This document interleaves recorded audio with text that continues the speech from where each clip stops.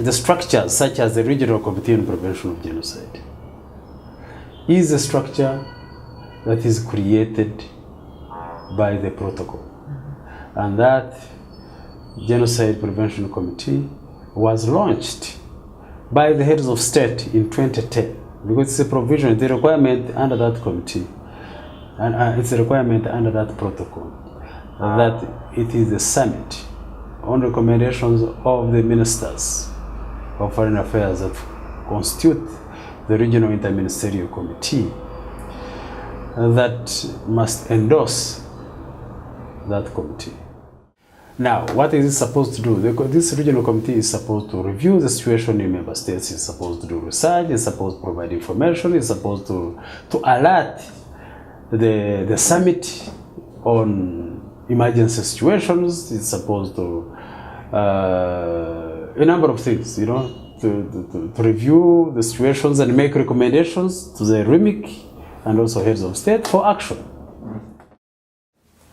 The kind of skills and characteristics that regional committee members bring to the regional committee, in my opinion, need to be policy skills, coordination, skills in networking, but also skills that relate specifically to the functions of the National Committee, some of which are, for instance, ability to conduct and analyze country situations so that the committee is able to effectively report to the RIMIC, to the Regional Interministerial Committee, the Committee of All Ministers of Foreign Affairs, and the Summit, which is the top policy body, the ICGLR, composed of the heads of states from member states.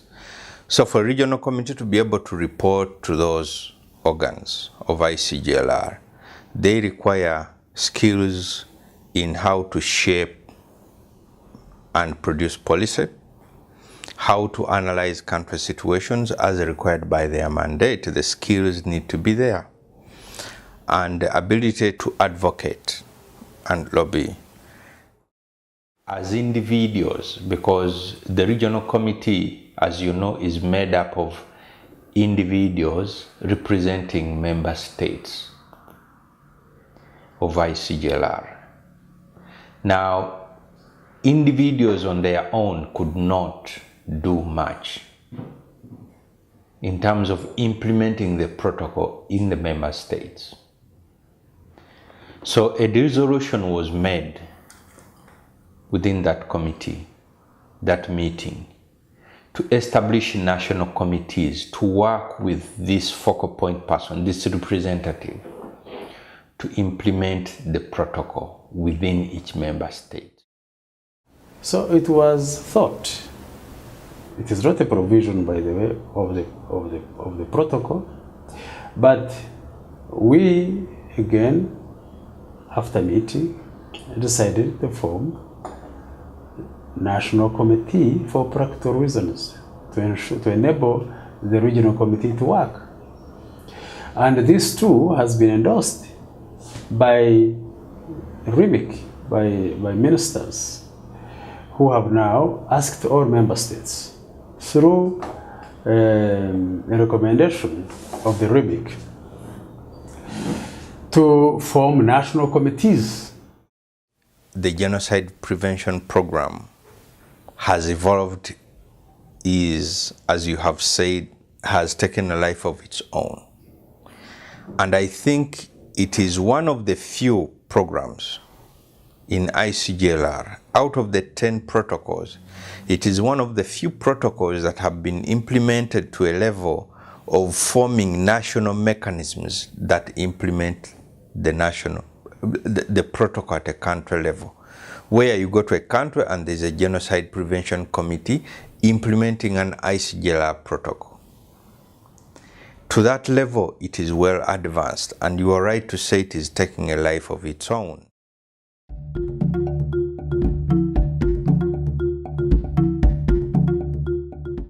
I would go and have a meeting with the representative on the regional committee, who would bring in the meeting the ICGLR national coordinator for that country and other government leaders, state leaders, and would sit in the meeting, and the agenda was one. We have a protocol to which your country is a signatory, and I'm here to discuss ways that we can develop a national committee, because the regional committee decided that each country should have a national committee. That was the entry point. Now these committees, they have now established, put in place their own rules of procedure on how they should operate nationally. And even in some countries such as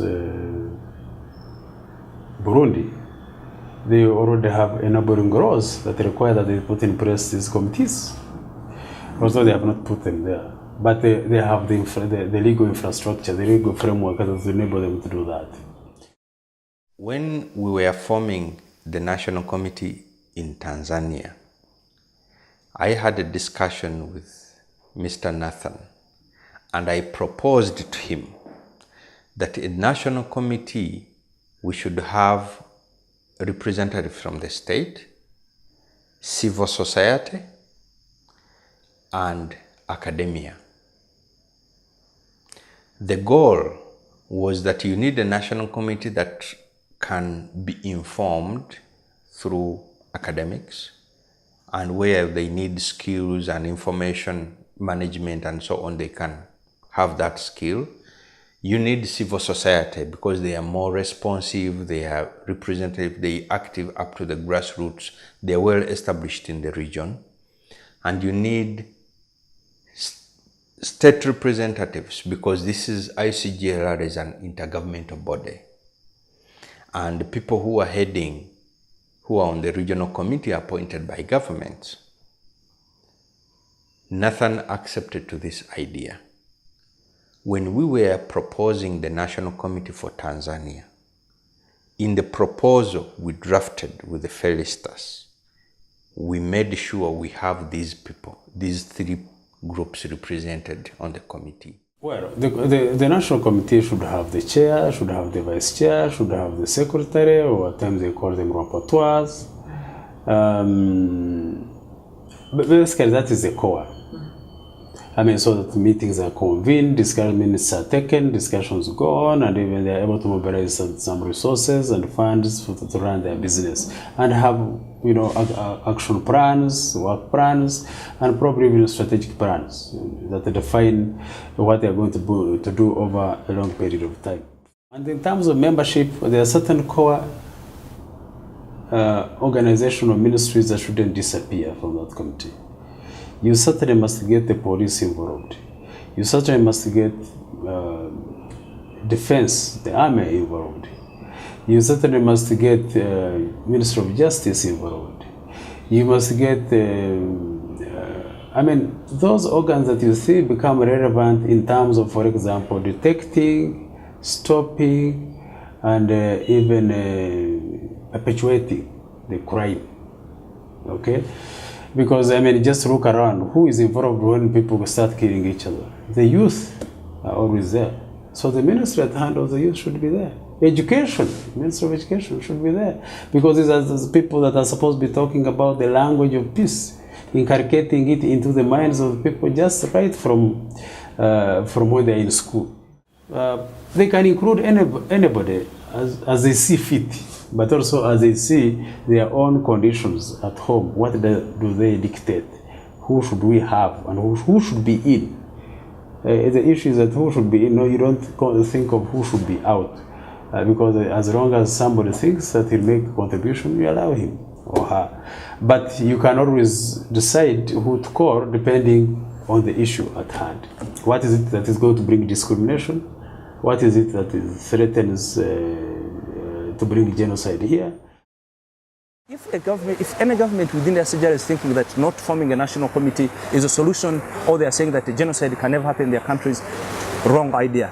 They need to set them up.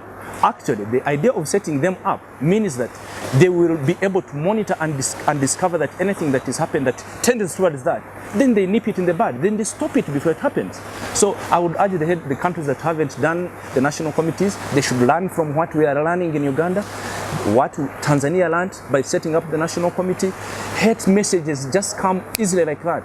And the moment they begin, then the national committee is the one which alerts the heads of states and the government and the institution of security and tell them, you know what, if we leave this one to happen and continue like this, then we might be heading toward this problem. Who knew Seleka was going to become a problem in Central Africa? Who knew? No, Central Africa had been a very quiet country. But all of a sudden it burst out. Who knew the Dinkas and Nuer would be fighting each other? Weren't they the same liberators fighting the same war against North Sudan? Weren't they the same in the same army? So I think that is it's a very wrong approach for the national governments if they think that the national committees are a wrong idea. They are very perfectly the only institutions that can alert them on the problems that are happening in their countries.